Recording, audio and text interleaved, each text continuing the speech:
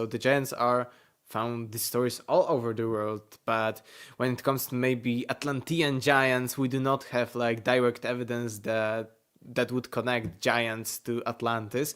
Maybe Edgar Casey and psychic stuff would connect that. They mention about hybrids and things like that, so maybe they were also giants. But I can say because second question about giants, I can talk about my own theory that connects it all about giants, because right now we are, let's say, the only advanced human species, only Homo sapiens sapiens. There are no other hominids, but it's the only time in the history of our species that we are alone.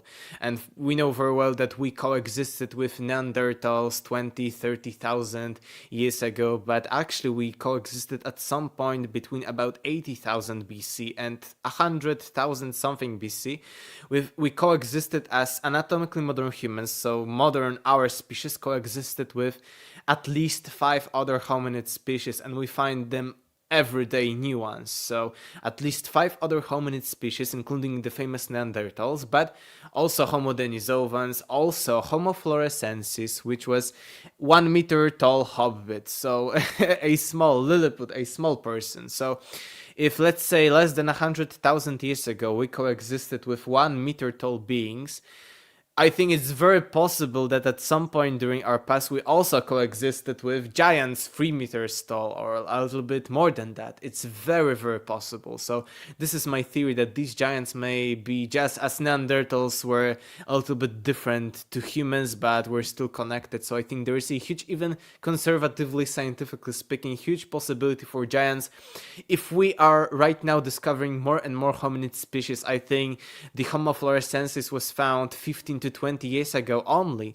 So imagine maybe in 50 years we will find Homo gigantis, and we will find finally these giants, and they will be revealed to the public, because of course there were conspiracies about giants, evidence for giants being hidden by Smithsonian or others. But I think it's really possible that there were other hominids like giants. So I would connect that in the times of lost civilizations like Atlantis and others, so at least 12,000 years ago and before that, there may have been other hominid species still living on Earth with us as human beings.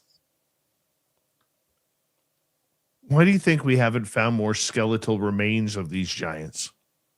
Because it's a great question, but even when it comes to other hominids that we know, like Australopithecus, Homo denisovans and others, what we find is, like, in some cases 1 or 2 skeletons, because everything is decomposing, everything is degrading. I think from one hominid, the only skeleton that was in 40 or 60%, 40 to 60% survived of it, was because this person died at a very young age and he went into some kind of mud, and he died in this mud. He probably broke his leg or something, he couldn't get out of this mud, and of course this mud preserved it much more than if he died normally. So we do not have plenty of skeletons of any kind of species of hominids, like in thousands or something. Maybe Neanderthals we have more, and Homo sapiens of course, but it's just we do not have evidence.